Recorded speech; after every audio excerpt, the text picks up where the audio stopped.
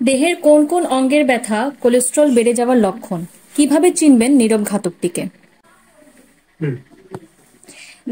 দেহে ভালো খারাপ দু ধরনেরই কোলেস্টেরল থাকে, এইচডিএল ও এলডিএল। মানুষের দেহে মূলত এই দুই ধরনের কোলেস্টেরল পাওয়া যায়। এর মধ্যে দ্বিতীয়টি খারাপ। দেহে এই খারাপ কোলেস্টেরলের মাত্রা বৃদ্ধি কপালে ভাঁজ পড়ার কারণ। এই কোলেস্টেরল বাড়লে দেখা দিতে পারে স্ট্রোক ও হৃদরোগও। কিন্তু মুশকিল হলো, দেহে কোলেস্টেরল বাড়লে অধিকাংশ ক্ষেত্রেই সাধারণ মানুষের পক্ষে তা বোঝা কঠিন।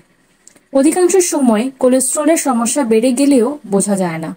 তাই সময় থাকতে থাকতে উপসর্গগুলো চিনে নেওয়া জরুরি। ওহো, হ্যাঁ।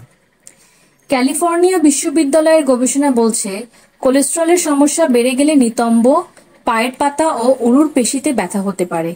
কিন্তু কেন এমন হয়? বিজ্ঞান বলছে, দেহের বিভিন্ন অঙ্গে রক্ত সঞ্চালিত হয় ধমনীর মধ্য দিয়ে। কোলেস্টেরলের পরিমাণ বেড়ে গেলে ধমনীগুলোর ভেতর ফ্যাটের আস্তরণ তৈরি হয়।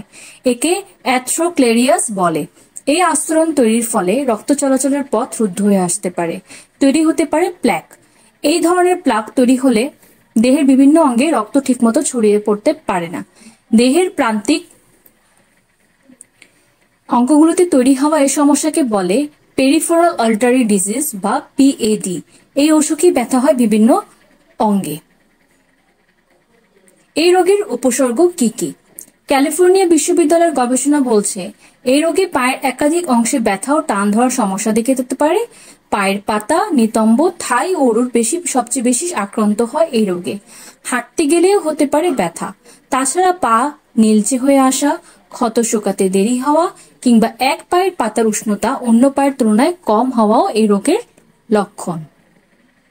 অনেকে এই সমস্যাকে হাত কিংবা পায়ের সমস্যা বলে অবহেলা করেন, কিন্তু পায়ের রক্তবাহেও এই সমস্যা দেখা মানে দেহের অন্যান্য গুরুত্বপূর্ণ অঙ্গেও নীরবে একই সমস্যা তৈরি হতে পারে। কাজেই এহেন সমস্যা দেখা দিলে অবিলম্বে চিকিৎসার পরামর্শ নেওয়া বাঞ্ছনীয়।